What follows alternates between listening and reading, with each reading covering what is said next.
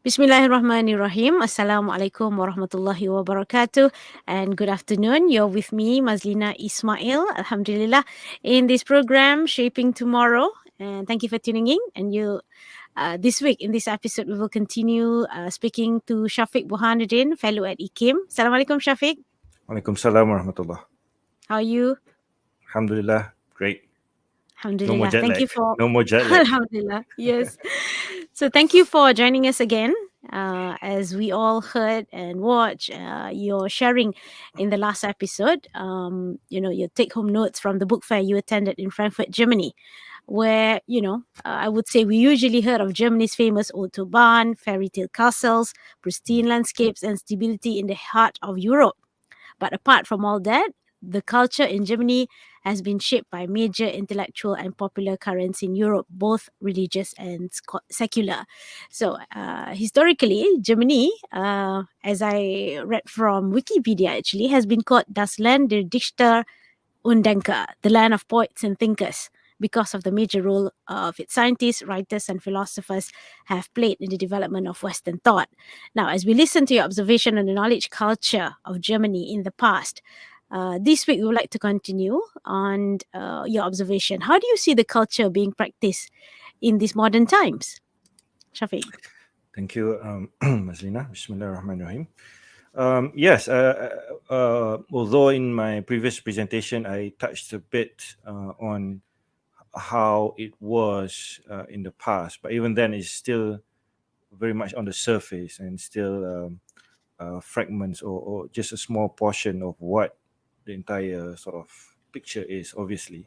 First, it's because it's not possible for someone who's just been there for a week to actually Of course. try Yeah. to present it as comprehensive as possible. So, as I said, what I will attempt to share today is not exhaustive as well, but more in terms of what sort of im- left an impression on me based on my research and my reading and upon reflection of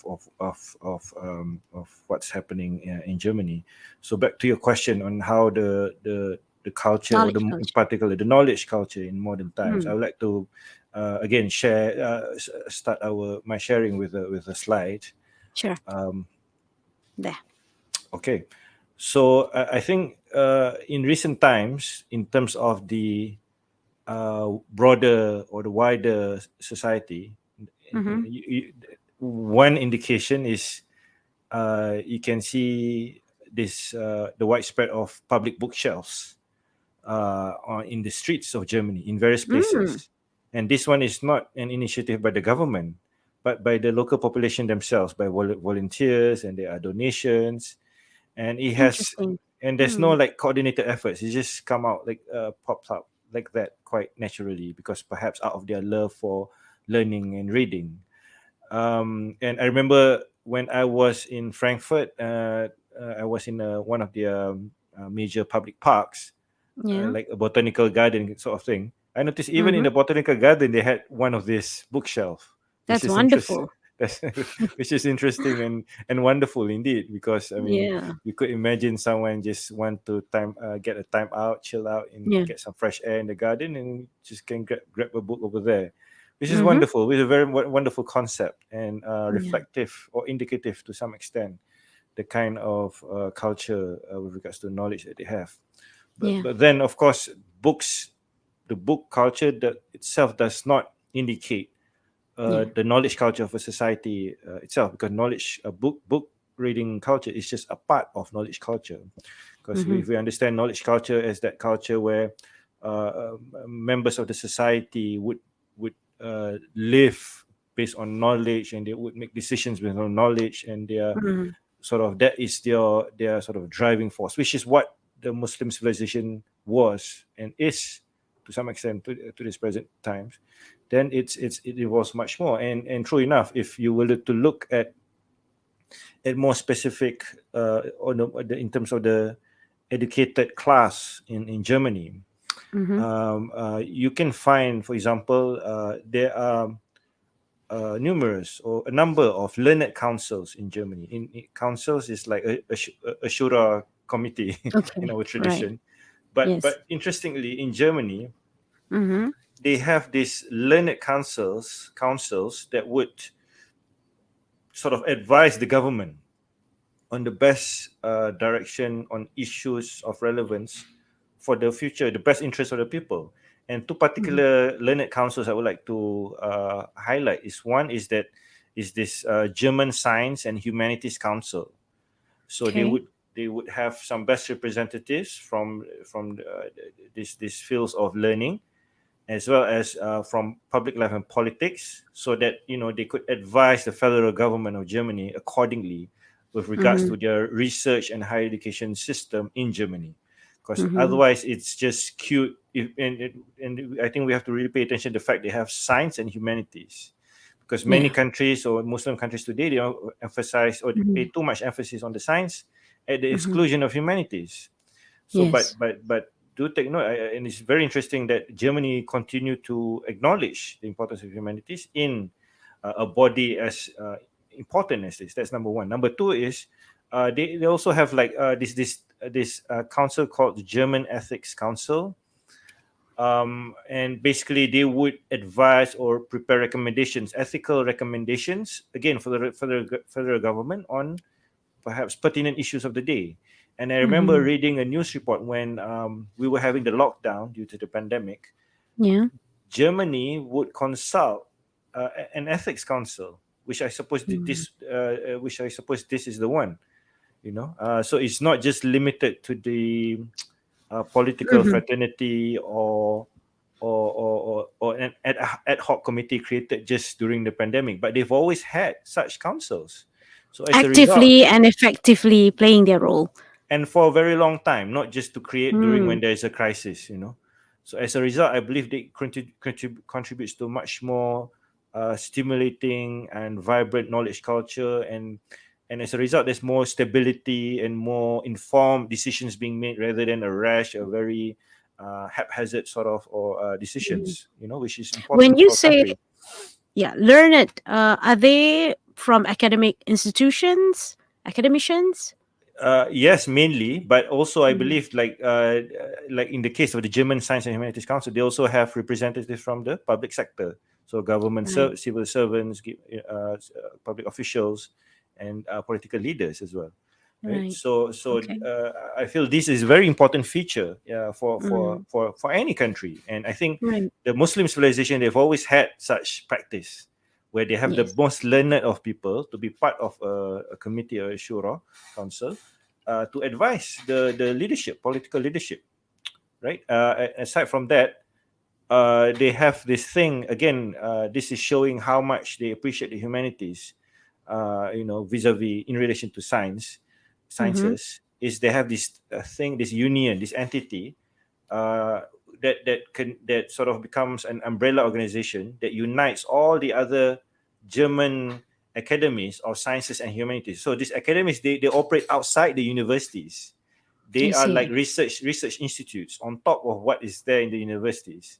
Mm. So they have like 8 different German academies of science and humanities all over Germany, and they Right. are also funded by the federal government since the 1980s, and according to the records, they have received in total since the 80s 70 million euros, Mm-hmm. which when I calculated, it's like almost a million euro a year, which is still something, because the kind of research they Yes. do does not Mm-hmm. really result in immediate practical economic sort of results, you see, because Yeah. when you look in their website, and I took this point from their website, is that the focus of their research is like very fundamental, and they have like longer time frame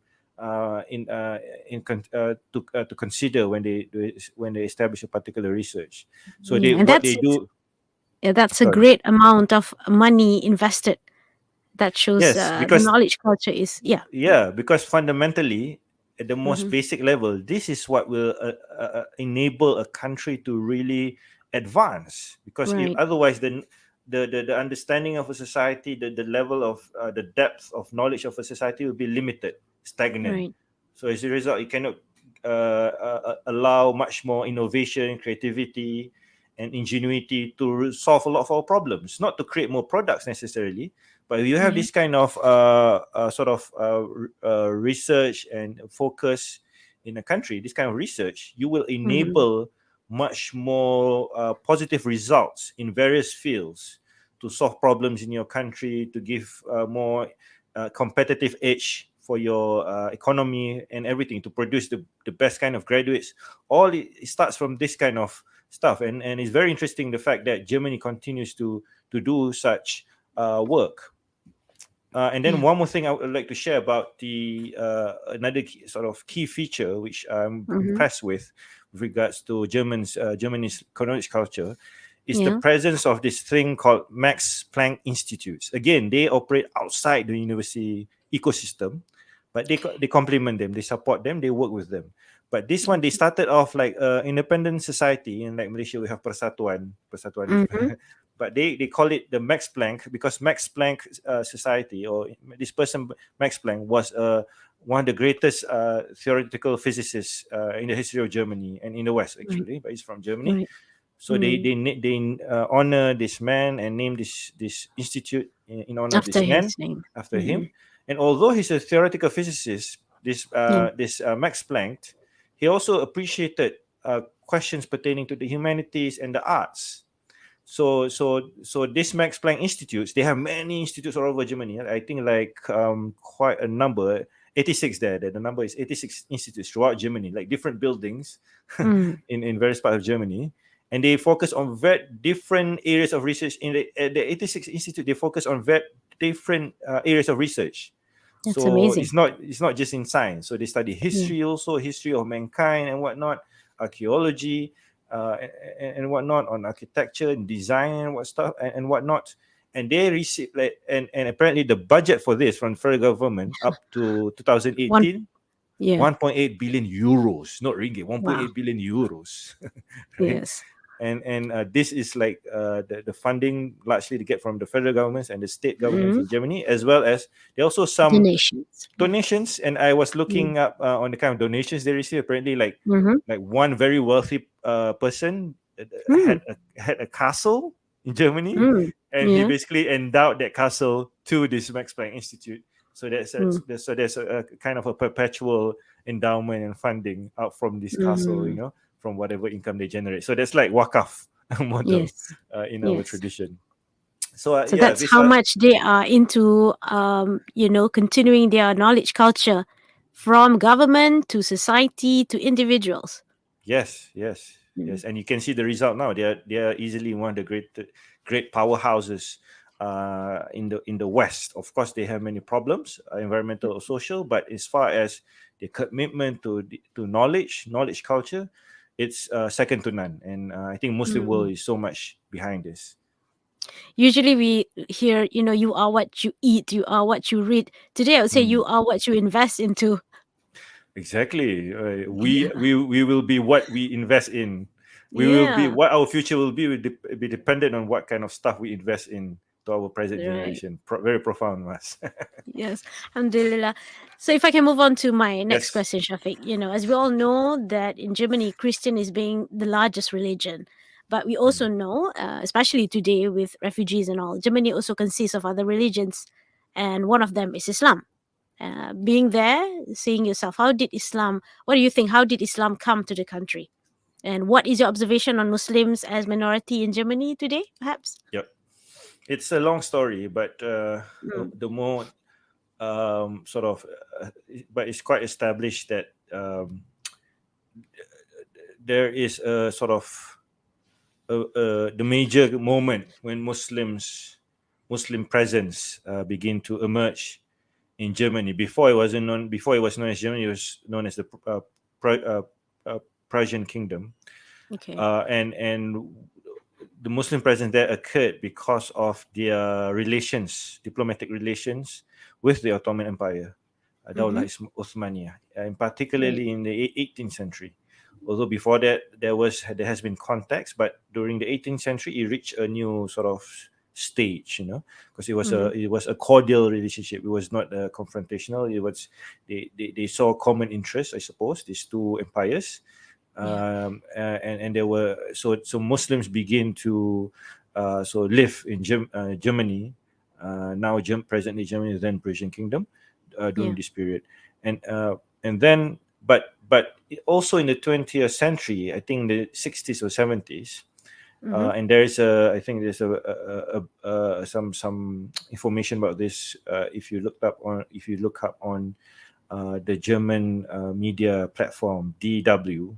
They have a story about how the Turks um, Mm. uh, arrived in Germany, because there was Mm-hmm. a sort of a kind of an agreement with the Turkish government then to Okay. bring in Turkish workers Mm. to work in Germany, because they were having shortage in manpower, I suppose, Right. due to the world wars.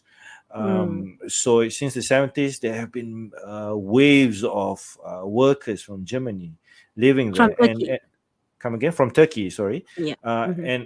and many of them decided to live there, Mm. Settle. live there. Yeah. Yes, settle Yeah. there Mm-hmm. for generations now. And Yeah. by now, what I would like to highlight in particular, because now it's quite well known, Turkish food is everywhere in Germany. It's quite easy to Yeah. find Turkish. Yeah. It's like it has become almost like part of their culture. When I looked up on some reports on this, apparently like 3 million Germans eat Turkish food like regularly, Right. which is good. I mean, it Yeah. enriches their culture, So you can't say that Right. Muslims moving Mm-hmm. to places like that do not contribute Mm-hmm. anything. They enriches their lifestyle, their culture. Otherwise, it's Yeah. just boring Yeah. one type of food, right? So Yes. it increases the diversity, and what to Assimilate well. Yeah. yeah, Mm-hmm. and two new sort of initiatives that just arose in Germany, which is particularly interesting, is number one is this Culture House of European Muslims, and this acronym KUDEM. Is basically Mm. the largest Muslim library in Europe, apparently, and it Mm. started by a Muslim scholar, a sheikh, and I got to know about this through a friend of mine who is a German Turkish person. Okay. Yeah, All right. and And where is this located? it's not. It's like about 15 minutes train ride from Frankfurt as well. So Okay. I'm not All sure right. the exact place of it. This is a very new initiative, Okay. and I was suggested by my friend, by German friend, German Turkish friend, to visit this place, Yeah. but we didn't get the chance to. But this is a very Inshallah positive. next time. Excuse me, inshallah. And Mm. not only that, it's like a cultural Mm. center as well, where they teach Islamic arts, Islamic calligraphy, and all of those Mm. beautiful things about the Muslim civilization. So they want to Right. be a positive cultural force. So Muslims are doing many things. They're not just doing mosques. Apparently, there's Yeah. about 1,000 to 3,000 mosques already in Germany. Mm-hmm. The latest being this Cologne Central Mosque, which was which was funded by the Turkish Islamic Union for religious affairs, based in Germany. Mm. And this is a milestone for Muslims in Germany and for Germany, because for the first Yeah. time they allow the adhan to be played in public space. Yes. Yeah. Yes, Yeah. and they do it, although they have some sort of the German authorities have imposed certain rulings, such as it must be of a Yeah. certain volume and so. But Mm-hmm. that's fine. This is very Yeah. reasonable, and I think this I think inshallah augurs well for the future of the Germans and Muslims in Germany, and it shows the kind of the measure of respect that German people, German authorities is beginning to show to their Yeah. minorities, especially Muslims, because they Yes. are the biggest minority in Germany, right? Right. I Um, see. yeah. So, and another interesting in terms of Islam in Germany is the academic study of Islam in Germany. Although Okay. initially it is started by the Germans themselves, as per the Orientalist tradition, Mm. Orientalist scholarship. Yeah. So by Orientalist, it means like Germans themselves are studying the Oriental world, including Mm. Far East, China, India, and whatnot. But also including a large body of that scholarship includes a study of the Middle East and Muslim world, Muslim Yeah. lands. Yes. So it. But what, interestingly though, when the Germans studied Islam, the German Orientalists, I mean, because Mm-hmm. this is like the early 20th century. Mm-hmm. Unlike other Orientalists in other parts of the West, they Okay. were somewhat more or less respectful of how they approached the study of the Muslims. like if Okay. because according to Edward Said, that Palestinian scholar who studied this Orientalism Mm. culture and who wrote a book about Orientalism, because German Orientalism is more like they just do it out of their love for that kind of study. They're not Okay. doing it for colonial out of colonial interest, which is the case for Mm. some other Western Research. Mm. research. But in the case of Germany, largely Mm-hmm. it's not because of colonial interest, because you do not see the Germans use this kind of scholarship or this kind of research Mm-hmm. to advance their colonial pursuits or colonial agendas, right? So it's Mm. quite, in some sense, it's quite innocent, Okay. although yes, although of course Knowledge we don't. purpose mainly. Yeah, knowledge purpose. So we may Mm. not agree with all of their conclusions, Yeah. but they have done a lot of laborious, painstaking, very difficult, very meticulous. Mm. They study Arabic, they know the languages, Persian, whatever, and then they Mm-hmm. either translate it, they analyze it, they wrote books on it. So Mm. they have done, I think, in some decent contribution to Yeah. the world of knowledge, basically. If, Mm. right, and one of the interesting top names is the likes of Anne Marie Chamel, who died in 2003. She's one of the more prominent German Orientalists, and she studied Persian literature, Muslim poets, Mm. and so on. And she does it in a way that more because she wants to promote like mutual understanding, with the West and Right. so on. So I think these are sort of things commendable. And Mm-hmm. but interestingly, in the year 2000, in the 2000s, this Yeah. German Council of Science and Humanities, as I was mentioning earlier, um, even wrote a recommendation to the federal government to introduce Islamic theology, Islamic studies in the public Okay. universities in Germany. Mm. So All right. this one is like a new era of higher education. This marks a new era in higher education in Germany, because before this they never did such a thing. I see. So Mm-hmm. now you can find quite a number of universities, as I'm sharing in the slides here, That's that it great. has a dedicated center which studies Mm. Islamic theology, Islamic studies. And That's when I looked at some of the academics working there, quite a number of them are Muslims already, either Turkish Muslims and whatnot. right. So I think this is a positive development. What is the content or the kind of scholarship they're producing? I'm not in Mm-hmm. a position to judge, to Yes. evaluate. But at the very Yeah. least, there is this kind of development, and from an outsider's point of view, it looks promising, right? Right. Um, but then, as I said earlier, Mm-hmm. having been the largest minority religious adherents in Germany, Yeah. naturally it will create some kind of tension for a country that's for a very long time been a Christian or some Jewish population as well. Of course, 50% of the population, according to some reports, is are Christians, right? Mm-hmm. Mm-hmm. Uh, but then the Muslims are about, I think, 3 million, yeah, or 4 million Muslims in the country. Uh, so so interestingly, though, there has been positive statements by the leaders, some of the leaders, Okay. and this is one of them. Former German President Christian Wolff, Okay. he spoke. He said quite recently that he acknowledges basically the Muslims present, and therefore he said Islam must belong to Germany, right? So of course this apparently caused some uproar among some Germans, because it's like, since how is this so? I mean, so it Yeah. caused a debate, and there are Mm. some politicians who said on the contrary, because Yeah. they understand Islam, like for this particular politician, she understands Islam as a political ideology. It's not compatible with the German constitution. So you Mm. can say, so she's saying that this particular politician say Muslims, of course, they can belong to Germany, but not Islam, because for them it's like doesn't fit with the political ideology of Germany, Right. right? So Okay. it's a bit tricky here. Mm. Um, But however, the Muslims over there can actually live freely. I mean, practice, uh, yes, you know, yes. Islamic rituals and your worships, and So your question is, how can they are do they? it? Do they have Hmm. the freedom of practicing? I think, Islam? of course, in the Yeah. name of religious freedom, which is one of Mm-hmm. their foremost sort of idealism, in the Yeah. West. Yeah. That's why they allow mosque up to three, like That's thousands right. of them by now. Yes. It's just that there is still a line that they don't want Muslims to cross, Mm-hmm. so as not to interfere Mm. with the status quo, I believe. Mm-hmm. And but Yeah. then that's why I believe the Muslims over the years in Germany have been Yeah. working very hard. And Mm-hmm. one of the things I did not manage to highlight in my presentation is the presence of like Muslim groups which unites Muslims from various backgrounds, various origins. Right.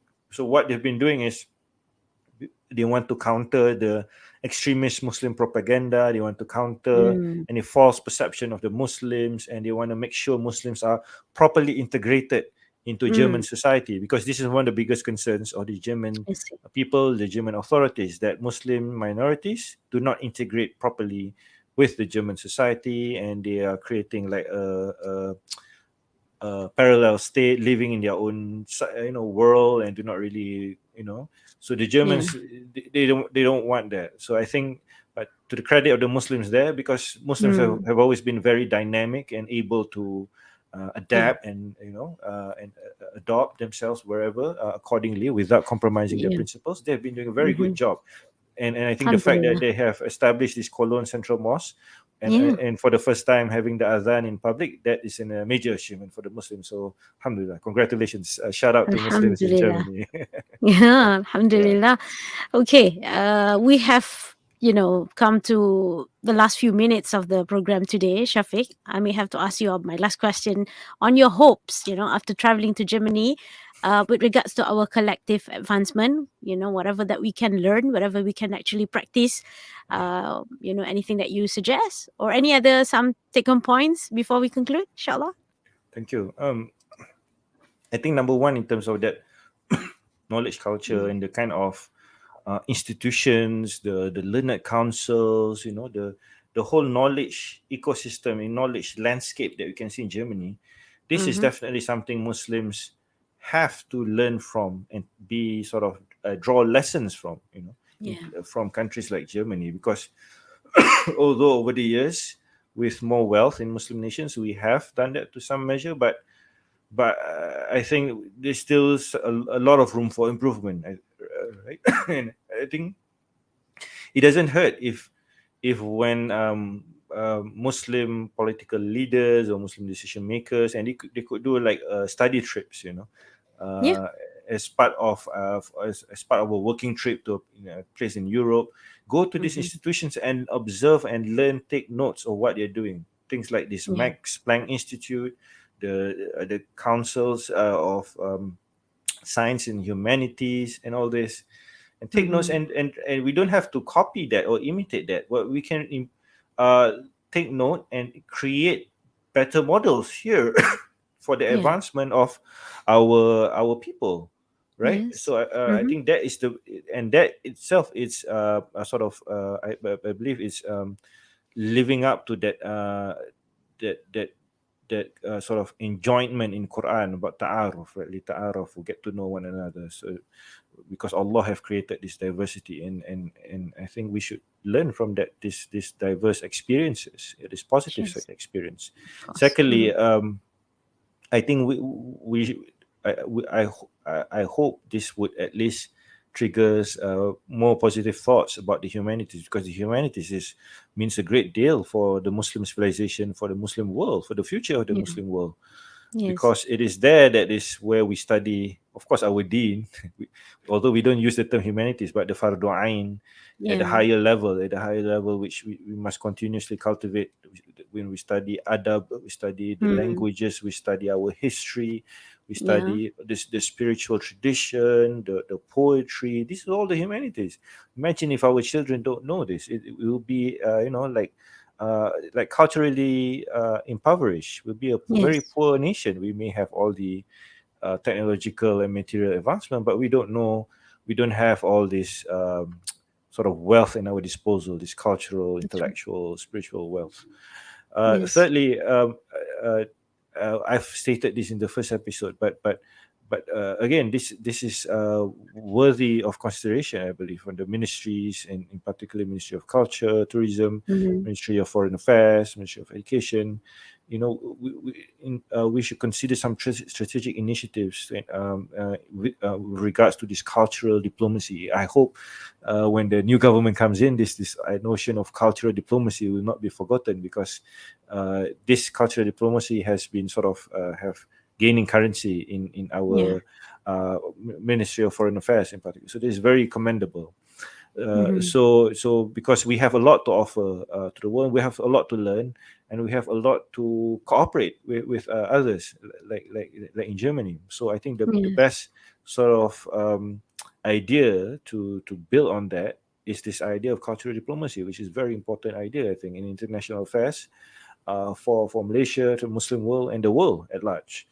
And lastly, I Yes. think we should, Mm-hmm. uh, learning and observing from the German knowledge culture, we should also invest and promote our best authors, best scholars, best thinkers, and publications, because otherwise, we won't see the kind of results that we want. And I think it's in our common interest to do so, right?